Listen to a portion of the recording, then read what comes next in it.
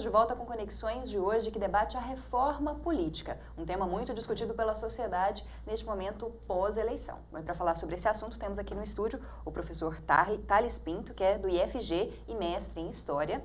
Também o professor José Elias Domingos, que é professor do IFG também e mestre em Ciências Sociais. E o professor Robinson Almeida, que é aqui da Faculdade de Ciências Sociais da UFG. Bom, professor, a professora anteriormente falou dessa questão da lista fechada, de votar num partido. Hoje as pessoas ainda têm uma certa uma incompreensão nessa questão do voto de legenda, votam às vezes na pessoa e independentemente do partido. Como é que a senhora avalia essa questão dessa possibilidade agora do fortalecimento dos partidos nas eleições?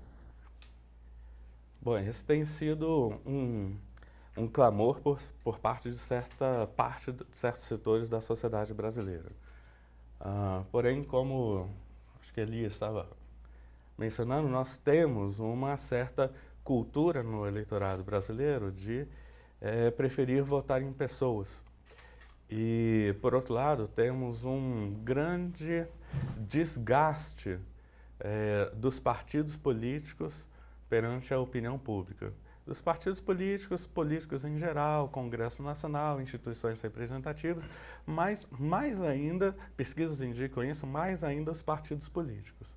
Bem, a proposta da lista fechada, de fechar as listas, é uma tentativa de fortalecer os partidos políticos, inclusive perante o eleitorado, fazendo com que o eleitorado, como foi dito, tenha que olhar para os programas dos partidos na hora de escolher, ou seja, os eleitores não vão mais escolher um candidato individual, a deputado, a vereador, mas sim um partido, vai votar no partido. Então eu preciso olhar a plataforma desse partido, etc. e tal. Mas certamente há e haverá resistências por parte de uma boa parte do eleitorado. Isso significa votar num partido, é uma coisa virtual, assim, o partido, mas quem é que vai, quais serão as pessoas que vão tomar assento lá nas cadeiras, na Câmara dos Deputados e tal. São pessoas previamente escolhidas pelos partidos. Então, o eleitor não vai ter a margem de escolha de falar, bom, eu gosto do partido tal, mas aquele candidato do partido tal não me agrada, porque, eventualmente, eu sou um socialista e tal, e eu me identifico com o PT, digamos. Mas dentro do PT tem alguém de linha mais religiosa, ligado a movimentos da igreja e tal, e tem um mais secularista, ligado, que defende, por exemplo, aborto, para pegar uma ideia.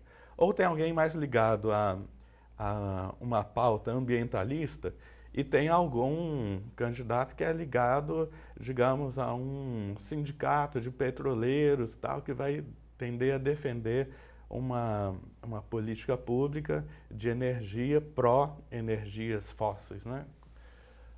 Que não interessa àquele eleitor que tem uma linha ambientalista.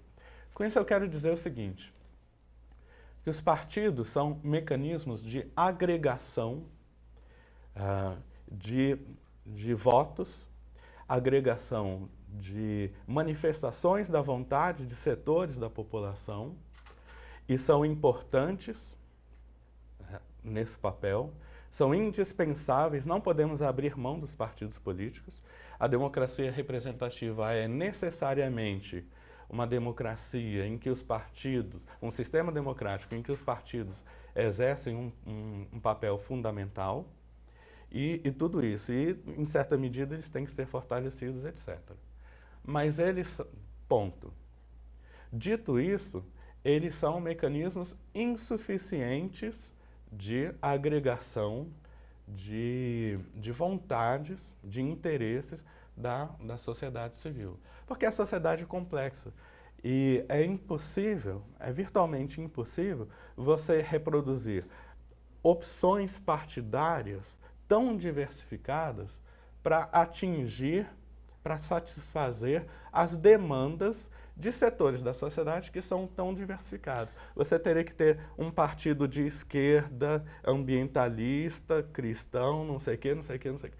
Porque as linhas de opiniões, de posições na sociedade, que dividem uma sociedade em interesses são diversos, né? E é impossível a gente ter um sistema partidário tão diversificado. E nem seria desejável, porque seria um sistema partidário extremamente fragmentado. Mas não seria, obrigaria esses partidos a criar um programa no qual incluísse esses debates, né? Fizesse esse debate com a população e se apresentasse necessariamente como uma proposta de resposta a esses vários anseios, desses vários segmentos populacionais? Porque não... Se há uma fragmentação dos interesses da sociedade, esses interesses também vão dizer respeito, de uma forma geral, a todo o conjunto da sociedade. Então, não seria obrigação desses partidos responder, né, a cada um desses anseios e tudo mais nos seus programas e tudo. Eu entendo essa questão dessa prática, né, brasileira, eleitoral, mas também ela é, de certa forma, ligada a uma estrutura, né, coronelista ainda, né, que ainda se pega na questão de favores pessoais, que está ligado a esses candidatos. Então, o voto individual muitas vezes está ligado a esse poder pessoal que alguns políticos têm em determinada região e tudo mais. Então, essa proposta de votos em lista fechada também seria uma forma, né, pelo menos argumenta-se assim, que seria uma forma de coibir esse tipo de prática, né, diminuir essa influência. E talvez até você fortalecer o interesse na participação. Hoje até se debate democracia deliberativa, democracia participativa, mas para além do voto, é como a gente tem pensado isso. Quando o cidadão ele escolhe um determinado candidato, e a gente vê nas campanhas, a gente assiste os programas eleitorais, eles são programas personalistas, são raros os partidos que eles batem na tecla de apresentar de fato um programa do partido. E normalmente a gente vê partidos de esquerda fazendo isso, bem lá na linha ideológica, no espectro ideológico voltado para a esquerda. Então, essa cultura política do eleitor de escolher a pessoa enquanto voto personalista é um resultado, claro, desse nosso fisiologismo partidário que é histórico. E a gente sabe disso. Um dos maiores partidos que representam esse jogo de barganha dentro desse presidencialismo de coalizão é o PMDB, e o PMDB tem gente de tudo quanto é lado. Então, não basta somente a gente fomentar, por exemplo, numa reforma política, o sistema de lista fechada, incentivando essa educação política para além da pessoa, mas sim de programas específicos. É preciso, como o professor enfatizou, e o Thales ele veio complementar, é preciso que a gente desenvolva uma política que ele vai além de você simplesmente delegar o poder de deliberação política para alguém. Então, é fortalecer essas instâncias de deliberação política. A Carta de 88 foi clara nisso, foi criando esses conselhos municipais. E quantas pessoas participam dos conselhos municipais? Então, quando esse programa, o Partido dos Trabalhadores, teve essa proposta interessante, de certa forma interessante, de você descentralizar e criar diversos conselhos para fomentar essa participação popular, e foi rejeitada pelo Congresso, e agora o PSOL pegou o programa, está dando uma reformulada e vai reapresentá-lo. O Congresso diz, os políticos dizem, não, nós fomos eleitos, a declaração de vários deles nos jornais era isso. Nós fomos eleitos, inclusive tiveram vários deles que falavam, eu fui eleito, o mandato é meu. Na verdade, eles esquecem que o mandato é do partido.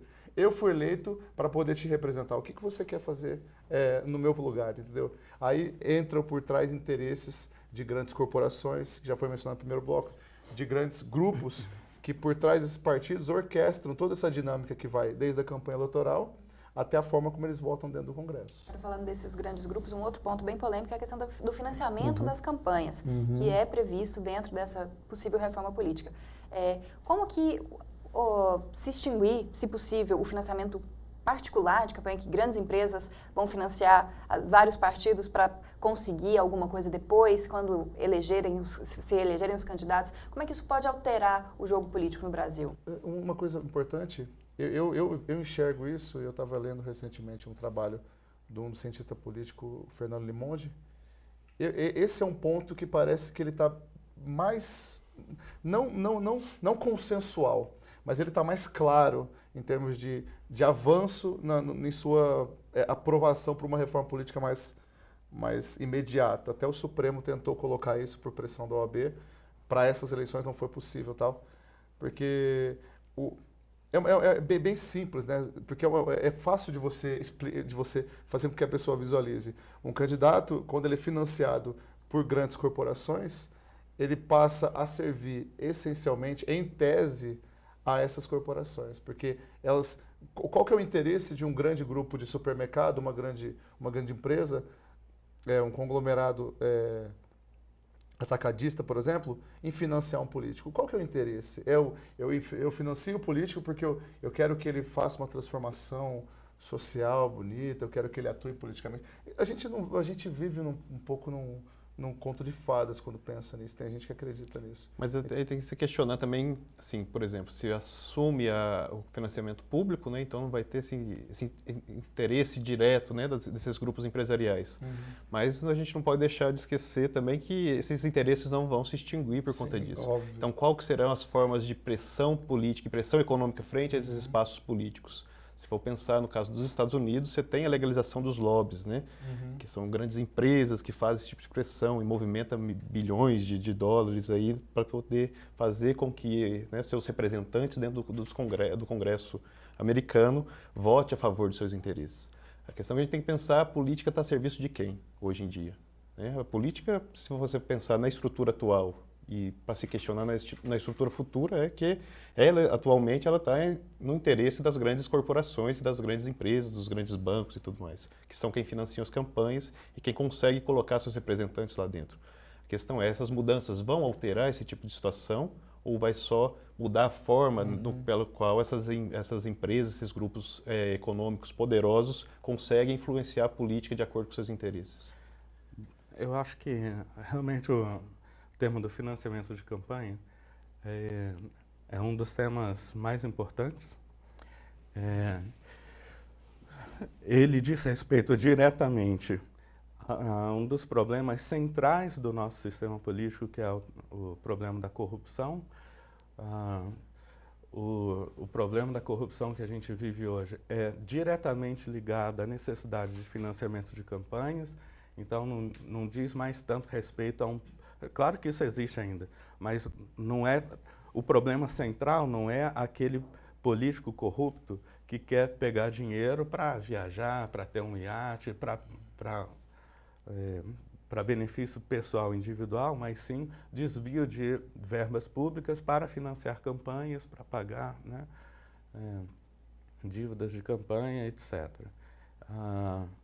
Então, o tema de financiar campanhas eleitorais é fundamental. Mas eu gostaria de... E nisso tem que se discutir as diferentes propostas, que é financiamento público exclusivo ou manter, como nós temos hoje, um financiamento público mais um financiamento privado, e se privado, se aceita só de pessoas físicas ou pessoas jurídicas, empresas e tal.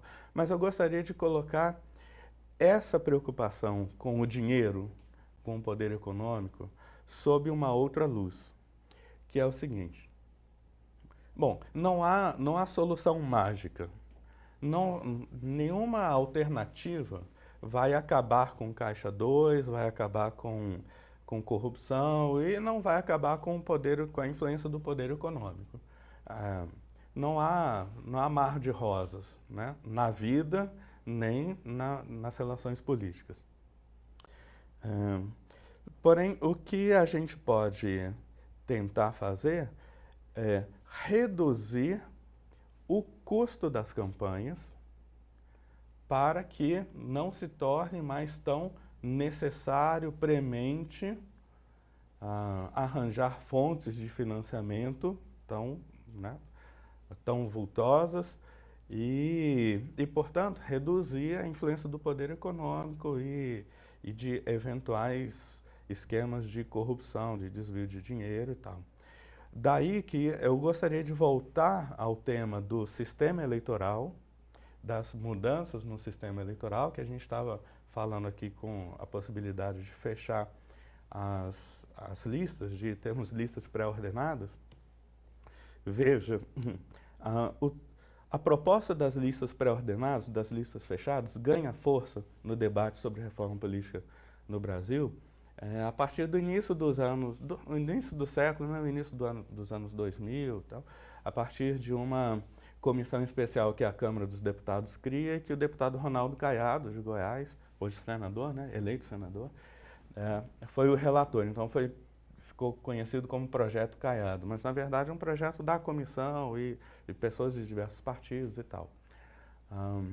E a lógica do projeto nós precisamos ter financiamento público, exclusivo, mas para que isso aconteça, precisamos dar condições à Justiça Eleitoral de fiscalizar as contas. Então, não dá para fiscalizar centenas, milhares de prestações de contas, então vamos fechar as listas. A Justiça Eleitoral vai fiscalizar apenas a lista do partido X, Y, Z. Professor, eu vou ter que interrompê-lo, que o nosso bloco chegou ao fim, mas a gente continua esse debate no próximo bloco, falando a respeito de reforma política no Brasil.